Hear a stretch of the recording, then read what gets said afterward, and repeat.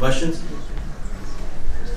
For Carson Beck, the coach said you told him before the second half, we're going to get a touchdown here, Coach, right away.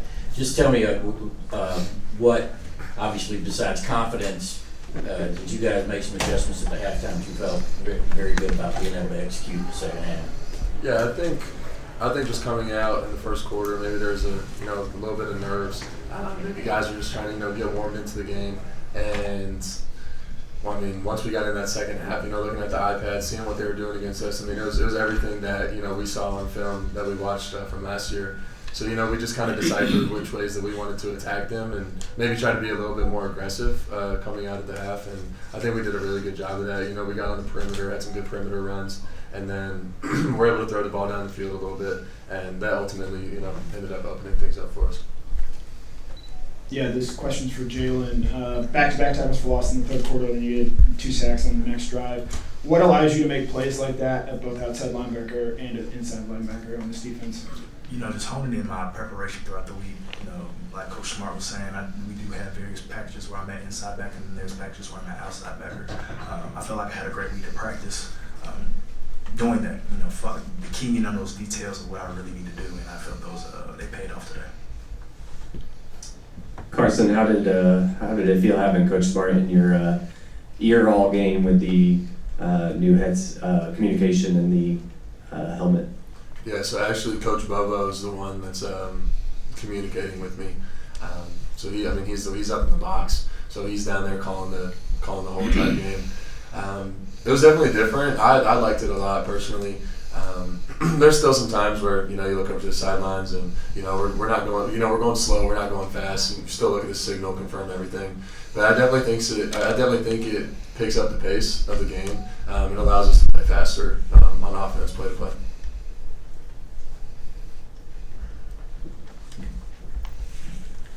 This is for both of you with kind of 2 different perspectives. Just what was your reaction, and if you did see Malaki Starks' interception? Let me tell you about that. So I'm on the field, and I'm just, covering my guy, and then I see Kate throw the ball, and I'm like, okay, this is a 50-50 ball with Malaki and the receiver. And I looked, and I seen him twist and catch that ball, and I just took off in a sprint. That's probably like my fastest GPS time. That was insane. That was an incredible catch. Me and Malaki had a moment before then, and we told each other. I said, he's gonna get one, and I told him I'm gonna get one, and we did. So I'm appreciated and I'm proud of him. Much love. Yeah, I didn't see it live. I was over there watching the last drive, and I just hear the whole stadium go crazy. So I'm like, well, someone did something, crazy.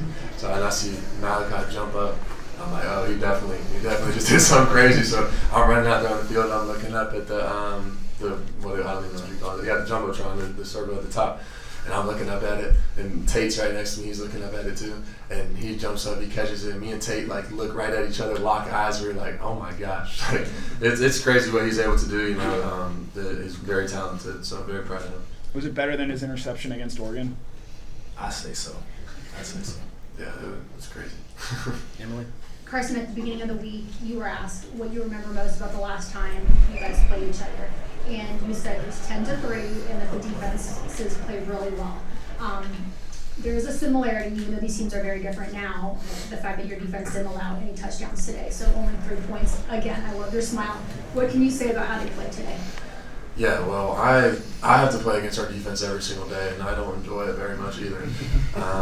So they're phenomenal. The things that they're able to do, and the multitude of defense that they're able to play. I mean, that's a credit to their intelligence on the defensive side of the ball, and then not only that, but going out there and executing the plan, and Coach Schumann calling the plays, and the players actually going out there and doing it and performing.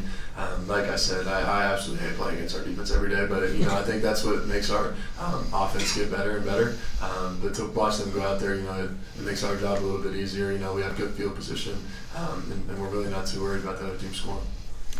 Carson, two of your transfer receivers made some big touchdown catches for you today. What's it been like working with those guys fall camp and just the contributions today? Yeah, absolutely. I think that wide receiver room has so much depth, and I've been saying this, but everyone wants to say that guys left and there's no talent in there, but there's so much talent, and we have so much confidence in every single guy that goes out there and steps out there on the field. From you look back to spring ball, to summer, to fall camp, all the countless reps. I mean, we do a lot, and I mean, really, there's a lot of accumulated reps with those guys and a lot of confidence that I have in them. So for them to come out, first game and be able to make some plays, that instills more confidence for me into them.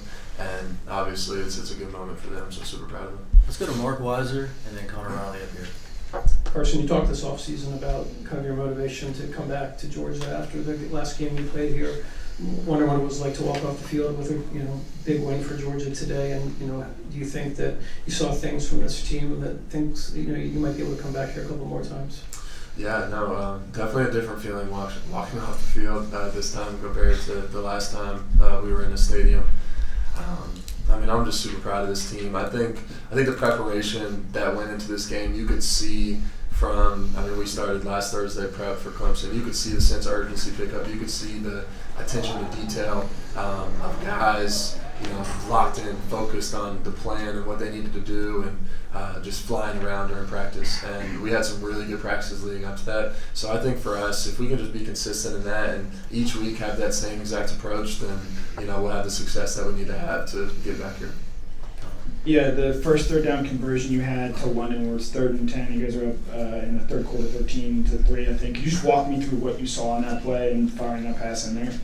Yeah. So they played a very similar coverage on a couple of third downs in the game. So Coach Bubba went to a play that he's on an in-breaking route. He did a great job of breaking the corner off, coming back negative underneath the linebacker. Which, that first and foremost, I have to have a lot of trust in him that he's going to run the route right, that he's going to win. It's where I can let it go on time, and that comes with reps and continuously, doing it over and over again. But no, I think that was a huge play for us in the game and really catapulted us as an offense, especially at 3rd and long. It definitely changes the momentum. Terrence? Yeah, this is for both players. To win 40 straight regular season games, that means you guys have got to be very focused. You have a lot of different situations, but the results has been the same. For each of you guys, what do you attribute that to? Why you guys been able to kind of just keep that focus? Our culture being our culture, what they instill in us at the University of Georgia, being moment-led, doing moment by moment. We focus on each game individually. We don't skip ahead in the season. We don't backtrack. We don't do anything. We be where our feet is planted. And I feel like we do a great job of keeping that the main thing. And next week we go into our next game and we'll do so again for that game. Let's go toward the back right here. And then Carson, what do you think of Nate Frazier's performance today? Obviously, a big game from him. Yeah, I think he did a great job. I think it's a super cool opportunity for him. Obviously, he came here in the summer, so he's only been in Athens for 2-3 months, which is crazy to me. But we have a lot of confidence in him. We were able to see what he could do in practice, and obviously he translated that to the game, and that's usually how it works. That running back room had a huge day. Him, Cash is someone that you haven't seen much of in the past that really stepped up for us today as well. So those guys being able to step into their roles, I'm excited to see what they're able to do as the season goes on. time for just a couple more. Let's go to Brooks Austin. Yeah, Carson, you talk about Nate right there next to you, with having a young player that hasn't been there very long next to you. What was the communication like between you and him pretty much all day, I would imagine? Yeah, there was a couple guys that were out there for the first time starting, or you could say starting, not starting, but there's a couple guys out there playing for the first time in a Georgia uniform. So for me, being a starter last year, coming back and being my second year, just communicating to those guys, like, lean on me. Like, if there's an issue, a problem out on the field, if you don't know something, if you need help, like, come to me. I have confidence in understanding our game plan, what we need to do. So I'm going to handle what I need to handle, and that's going to get done. But if you need help, like, come to me. I can manage that, and I think that's something that I've really been trying to do as I've stepped into my second year. Okay, thank you everyone, and happy Labor Day. Thank you.